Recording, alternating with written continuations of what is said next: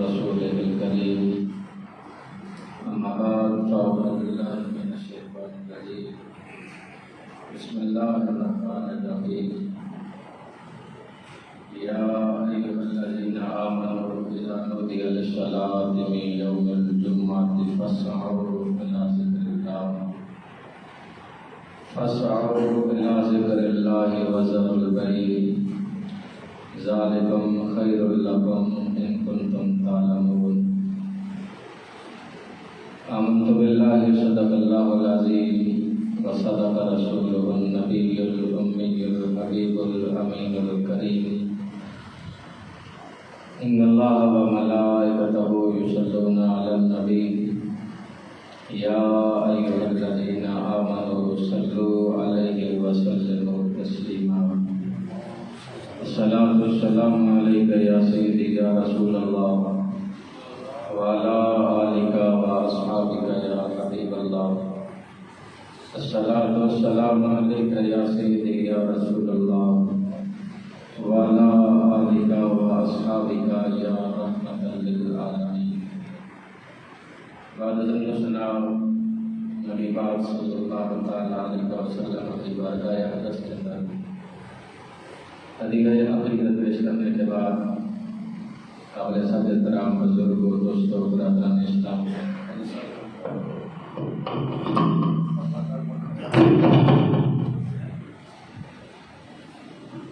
اللہ تعالیٰ کا احسان اور کرم ہے کہ جس نے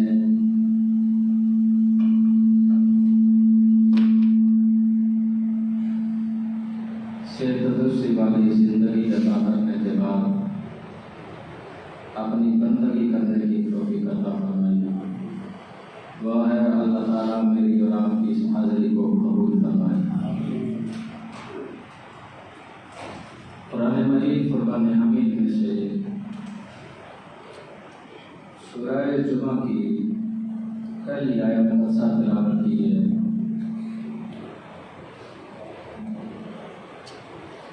اللہ تعالیٰ نے ایمان والوں کو خطاب فرمایا،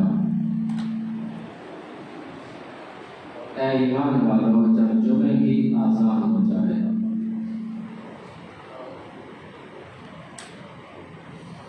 تو پھر اللہ کی ذکر کی طرف دوڑو.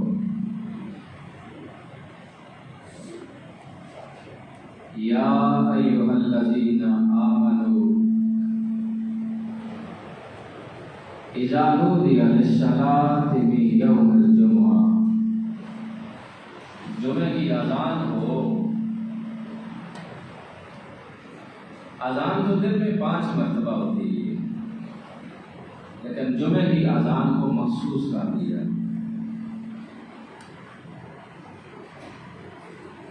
کہ جب جمعے کی اذان ہو فاسعوا الی ذکر اللہ تو اللہ کی ذکر کی طرف دوڑو.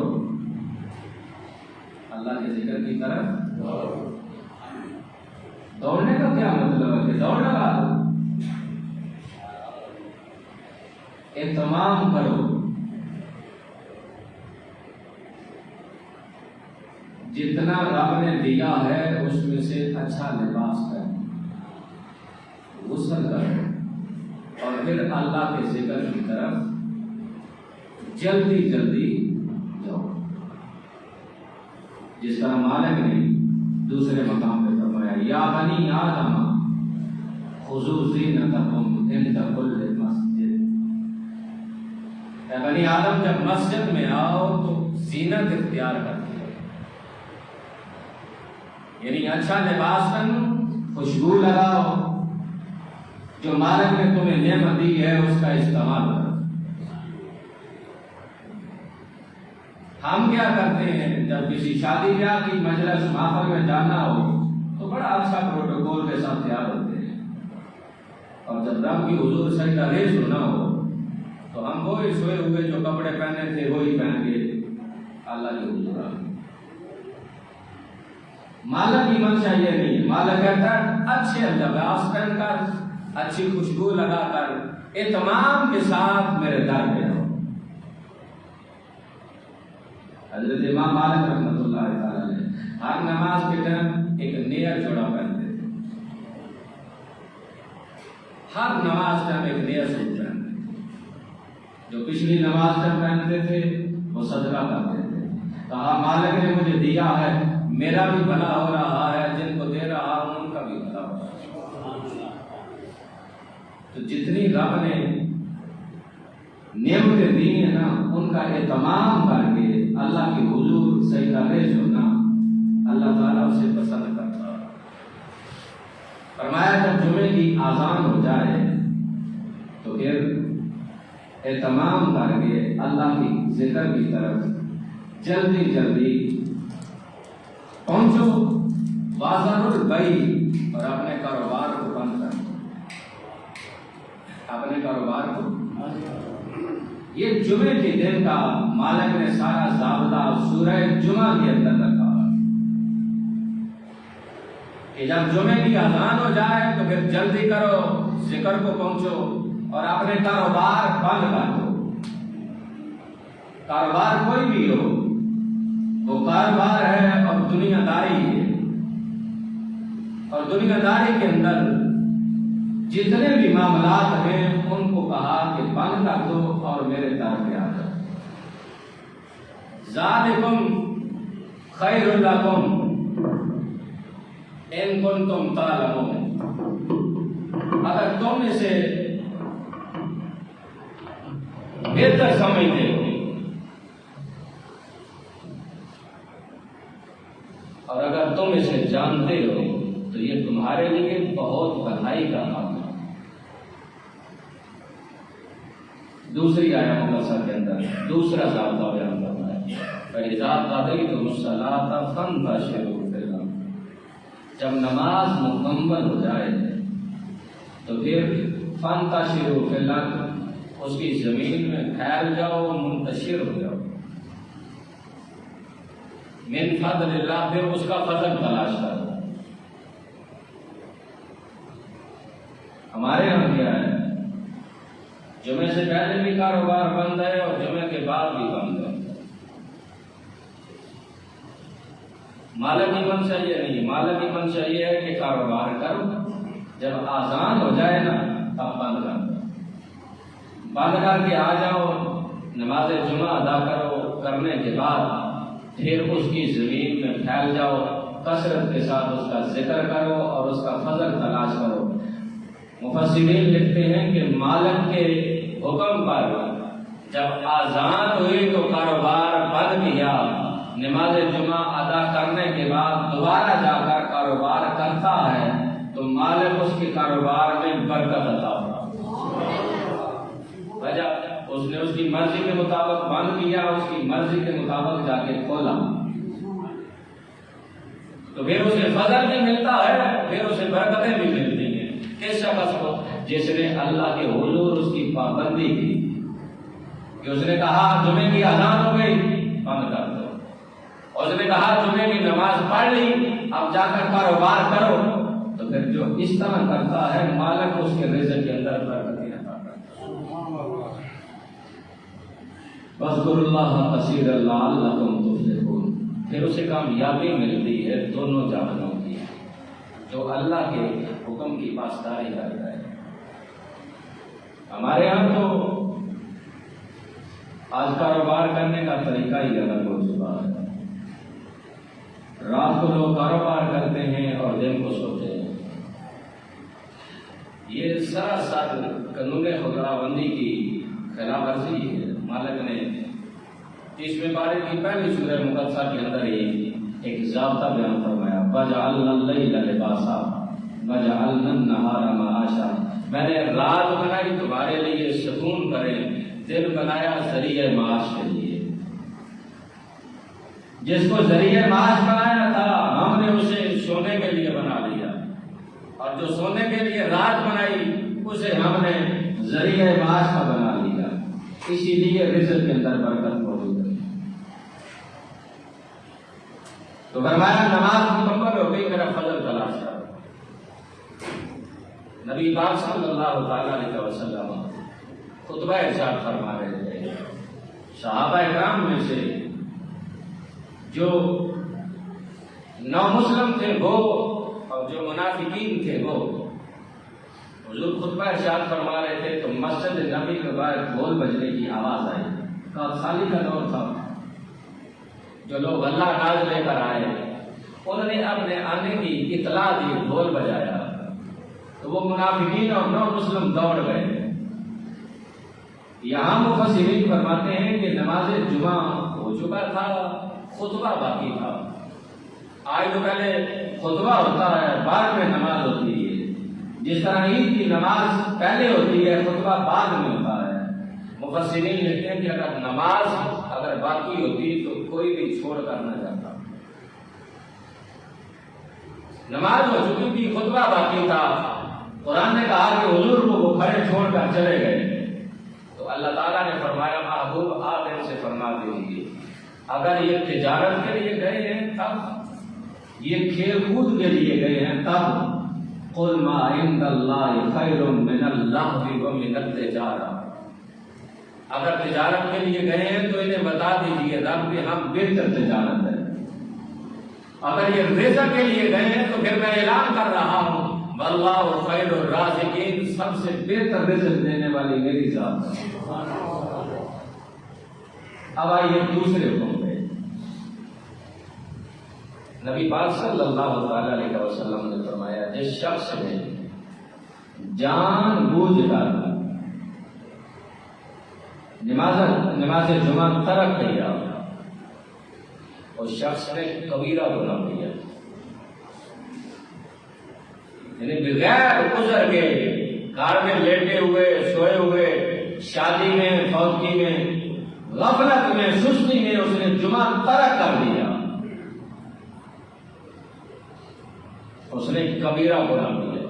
علماء نے تو لکھا ہے کہ جب نماز جمعہ ترک کیا نا، وہ نماز ظہر قضا بھی کر لے نا تو 1 درہم کا صدقہ کرے گا جو اس نے نماز جمعہ قضا کیا. ہم تو گھر میں بیٹھے صرف اس لیے کہ میچ لگا ہوا ہے دیکھ لو، اور جمعے کی کیا بات ہے، اگلا پڑھنا ہے.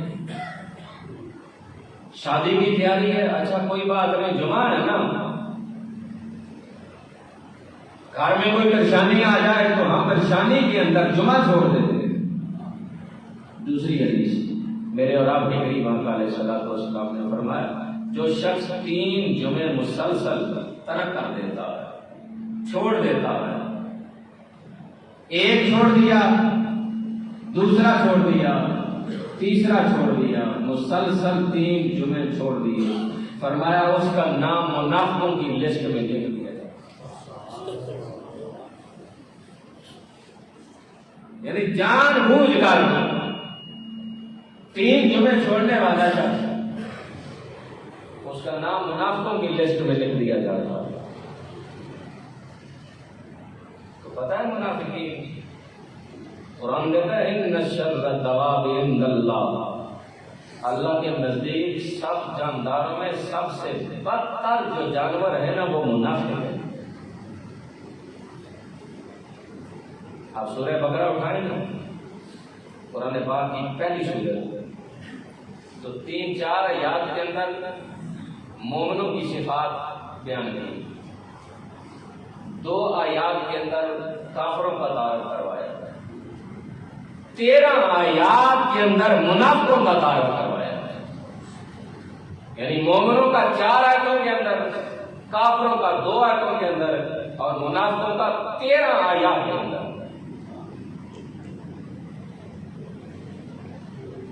اور پہلی آیت پتہ مالک نے کیا فرمایا؟ ختم اللہ علی قلوبہم وعلی سمعہم وعلی ابصارہم غشاوہ ولہم عذاب علیم. فرمایا میں اس کے دل پہ مہر لگا دیتا ہوں، میں اس کی آنکھوں پہ پردے ڈال دیتا ہوں، میں اس کے کانوں پہ پردے ڈال دیتا ہوں. یہ جب دل پہ مہر لگ جاتی ہے نا تو یہ ریجیکٹڈ ہو جاتا ہے اللہ کے حضور.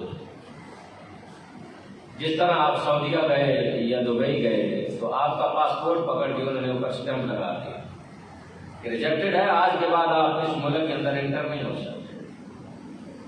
جب رب تعالیٰ مہر لگا دیتا ہے نا تو اللہ کے حضور دل ریجیکٹڈ ہو جاتا ہے، اس کے اندر کوئی اچھی بات پھر جا نہیں سکتی. کان ہے بات سن نہیں سکتے، آنکھیں ان پہ پردہ ہوتا ہے. آپ نے معاشرے میں لوگوں کو دیکھا ہے جو گناہ بھی ثواب سمجھ کے کرتے، ان کو وہ گناہ نظر نہیں آ رہا ہوتا، اس لیے کہ شیطان آ کر کہتا بابا کر لے کچھ نہیں، اور اس کی آنکھوں پہ مالک نے پہلے ہی پردہ ڈالا ہوا، وہ گناہ بھی نیکی سمجھ کے کر لیتا. سنیے تیسری حدیث نبی پاک صلی اللہ علیہ وسلم فرمایا جو شخص ایک جمعہ بھی چھوڑ دے، دوسرا بھی چھوڑ دے، تیسرا بھی چھوڑ دے، جان بوجھ کر چھوڑ دے، اللہ تعالیٰ اس کے دل پہ غفلت کی مہر لگا دیتا. چوتھی حدیث نبی پاک صلی اللہ تعالیٰ علیہ وسلم فرماتے ہیں جو شخص جان بوجھ کر ایک جمعہ بھی چھوڑا، دوسرا بھی چھوڑا، تیسرا بھی چھوڑا، اس نے دین کو اٹھا کر اس سے پشت ڈال دیا، گویا اس نے دین کی پرواہ ہی نہیں کی.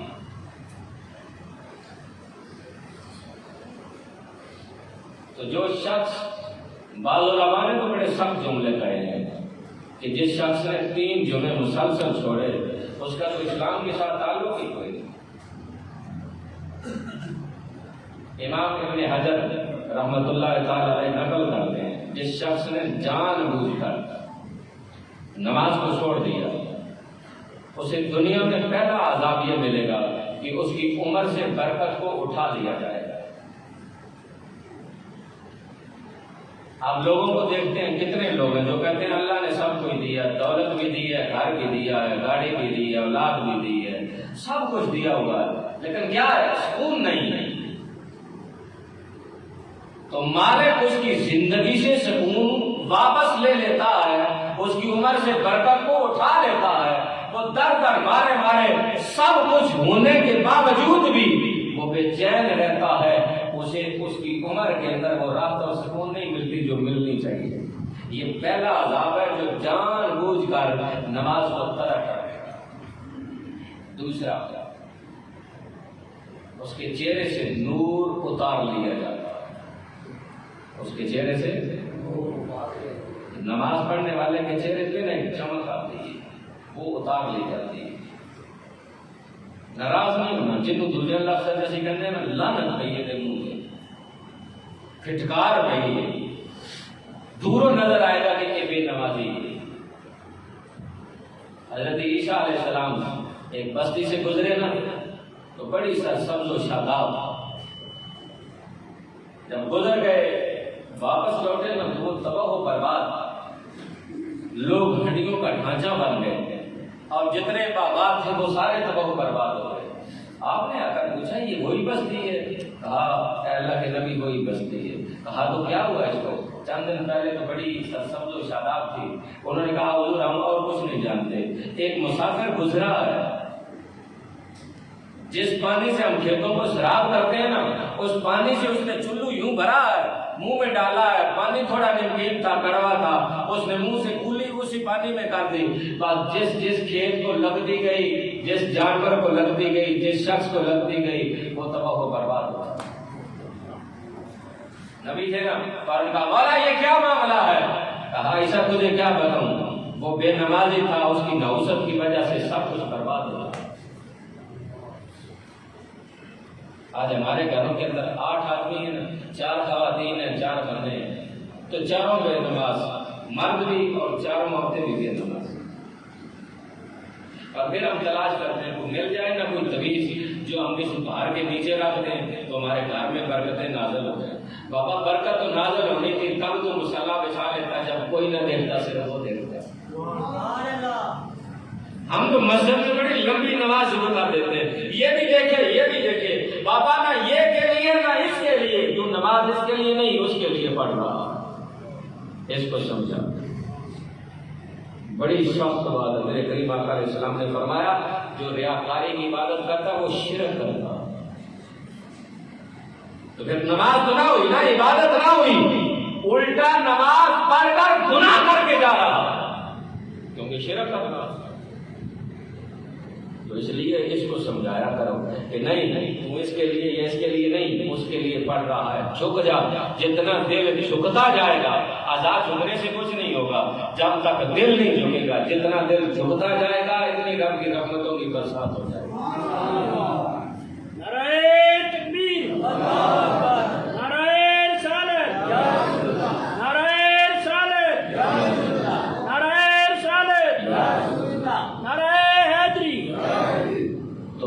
پہلی چیز اس کی زندگی سے عمر سے برکت اٹھا لی جاتی ہے. دوسرا اس کے چہرے سے نور اتار لیا جاتا ہے. ہمارے یہاں تو آج بچے کہتے ہیں بیوٹی پارلر تو کریم لا دو. کریم سے نور نہیں آتا, وہ جتنا مرضی کروا دے. جو نماز کا نور ہے نا یا وضو کا نور ہے وہ کریم سے نہیں آتا. نبی پاک صلی اللہ علیہ وسلم سے کسی صحابی نے پوچھا, سونے کل قیامت آئے دن پوری مخلوق ہونی ہے, سارے نبیوں کی امت ہونی ہے, تو تسی اپنے امت کیویں پہچانو گے؟ تو میرے لجپال نبی نے فرمایا وضو کرتا ہے نا, جی آقا وضو کرتا ہے. فرمایا میری امت جڑے جڑے عذاب وضو دھوندی ہے نا کل میدان حشر کے اندر انہاں دا انج چہرہ بھی بازو بھی پاؤں بھی چمکدے نظر آؤں گے. پتا نا دعا بھی ہے, جب چہرہ دھوندے ہو نا قرآن نے کہا یوم تبیض وجوہ وتسود وجوہ, دعا مانگیا کرو. عربی نہیں ہوتی نا اردو میں مانگ لیا کرو, ربا اے میرا چہرہ اس دن سفید رکھی جس دن لوگوں کے چہرے سیاہ ہو. جب منہ دھوندے ہو نا وضو کرتے ہو تے نال دعا مانگیا کرو, ربا میرا چہرہ ادو چمکدا رکھی جدو لوگوں کے چہرے سیاہ ہونے نے. سیاہ چہرے انہاں لوگوں کے ہونے نے جڑے جہنم باٹے. دوسری چیز نور کو اتار لیا جائے گا. تیسری چیز وہ دعا مانگے گا, دعا قبول نہیں ہوگی. آپ کا شکوہ رہتا ہے ہم دعا مانگتے ہیں دعا قبول نہیں ہوتی, دعا نہیں قبول ہوتی. جس نے جان بوجھ کے نماز کو ترک کر دیا اس کی دعا قبول نہیں ہوتی. چوتھی چیز نیک لوگ دعا مانگتے ہیں. ہم تو اپنے لیے مانگتے ہیں, گناہ گار ہیں. ہم میں کتنے لوگ ہوں گے جنہوں نے فجر کی نماز نہیں پڑھی, تو مالک نے یہ تو نہیں کہا سورج اس کے گھر روشنی نہ دینا اس نے فجر کی نماز نہیں پڑھی. فرشتوں کو اس نے یہ نہیں کہا اس نے فجر کی نماز نہیں پڑھی اس کا رزق بند کر دے. کوئی چیز اس نے واپس نہیں کی, سب کچھ دے رہا ہے. سورج کی روشنی بھی دے رہا ہے, سانس کی ڈوری بھی دے رہا ہے, نعمتیں بھی دے رہا ہے, سب کچھ دے رہا ہے. لیکن اگر وہ ناراض ہوتا ہے نا تو کوئی اور چیز نہیں چھینتا, صرف بندے سے سجدے کرنے کی توفیق کو چھین لیتا. بندہ سجدہ نہیں کر سکتا. اللہ کے نیک بندے ہوتے ہیں جو صبح تہجد کے ٹائم اٹھتے ہیں تو وہ دعا مانگتے ہیں. ہم تو اپنے لیے مانگتے ہیں نا, جو نیک لوگ ہوتے ہیں نا وہ امت کے لیے مانگتے ہیں. یا اللہ حضور کی امت پہ مہربانی کر دیں. تو علماء نے لکھا ہے کہ جو نیک لوگ دعا مانگتے ہیں نا امت میں تو شامل ہے نا بے نمازی بھی, لیکن اسے ان نیک لوگوں کی دعاؤں کا جو حصہ ہوتا ہے نا رب اسے بھی معلوم کر دیتا ہے, وہ حصہ بھی نہیں ملتا. یہ عذاب ہے ظاہری زندگی میں. بڑے اختصار کے ساتھ توجہ چاہوں گا. جب بندہ مرتا ہے نا 3 عذاب اس وقت ہوتے ہیں, بھوکا مرے گا, پیاسا مرے گا اور ذلیل ہو کر مرے گا. جو جان بوجھ کر نماز کو ترک کرنے والا ہے, بھوکا پیاسا اور ذلیل. آپ دیکھ لیں معاشرے کے اندر کتنی ایسی مثالیں ہمارے سامنے موجود ہوتی ہیں. آگے مرنے کے بعد جب قبر میں رکھا جاتا ہے تو کریم آقا علیہ الصلوۃ والسلام نے فرمایا اس کی قبر تنگ کر دی جاتی ہے. آپ نے دیکھا نا قبر اس کی 2-4 انچیاں ہم نے زیادہ کھودی تھی, لیکن جب بیچ میں رکھا گیا تو تنگ ہو گئی. کتنے منظر آپ نے دیکھے ہماری آنکھوں کے سامنے ندی ہوگی. لیکن میرے لجپال نبی نے فرمایا جب بے نماز کو قبر میں رکھا جاتا ہے تو قبر تنگ ہو جاتی ہے. میں بات میں جانا نہیں چاہتا, ایک مثال عرض کر رہا ہوں. حضور نے فرمایا ادھر کی پسلیاں ادھر کی پسلیوں میں یوں گھس جاتی ہیں, یعنی قبر اتنا دباتی ہے اور تنگ ہو جاتی ہے کہ ایک جانب کی پسلیاں دوسرے جانب کی پسلیوں میں یوں گھس جاتی ہیں. اس کے لیے جس نے جان بوجھ کر نماز کو ترک کر دیا, جس کے پاس ٹائم تھا, جس کے پاس ساری چیزیں موجود تھیں, لیکن نماز ترک کر کے چھوڑ دی. دوسری چیز اس کی قبر میں آگ ڈال دی جائے گی. تیسری چیز اس میں ایک سام مقرر کر دیا جائے گا جو ایک نماز سے لے کر دوسری نماز تک اسے ڈنگ مارتا رہے گا. یہاں تو ایک مرتبہ سام 10 لے بندہ زندہ نہیں رہتا, لیکن بابا وہاں موت نہیں ہے. موت اس جہان میں کہ حالات تنگ ہوئے موت مانگیں گے مر جائیں گے. وہاں موت نہیں آئے گی, وہاں صرف عذاب ہوگا. اب جس رسول نے اس قبر میں آ کر ہماری مدد کرنی تھی, اس رسول سے تو ہم نے بے وفائی کر دی.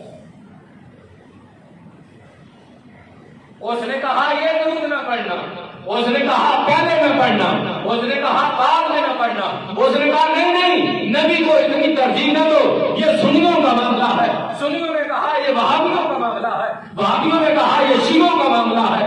ہم نے لوگوں کے کہنے پر اپنے نبی سے بے وفائی کر ڈالی. مولوی نے کہا اس کی 1.5 فٹ کی داڑھی تھی, مولوی کی کیا اوقات ہے کہ وہ نبی کے بارے میں کہے. وہ ٹی وی میں بندی سکالر تھا, اس نے یہ کہہ دیا. بابا تو لوگوں کے کہنے پر نبی سے بے وفائی کر ڈالی. لوگوں کی کیا اوقات ہے؟ رب نے تو کائنات سجائی ہی اپنے محمد کے لیے. یہ سارے معاملات ہمارے لیے سجائے صرف اپنے نبی کی عزت کے لیے. اپنے نبی سے بے وفائی نہ کرو. اس نے کیا کہا, اس نے کیا کہا, وہ کیا کرتا ہے ان کو کرنے دو. اپنے نبی سے بے وفائی نہ کرو. قبر کی 4 کالی دیواروں میں جہاں آگ ڈالی جائے گی, جہاں سانپ مقرر ہوگا, وہاں کوئی نہیں آئے گا. اگر آئے گا تو مدینے کا تاجدار.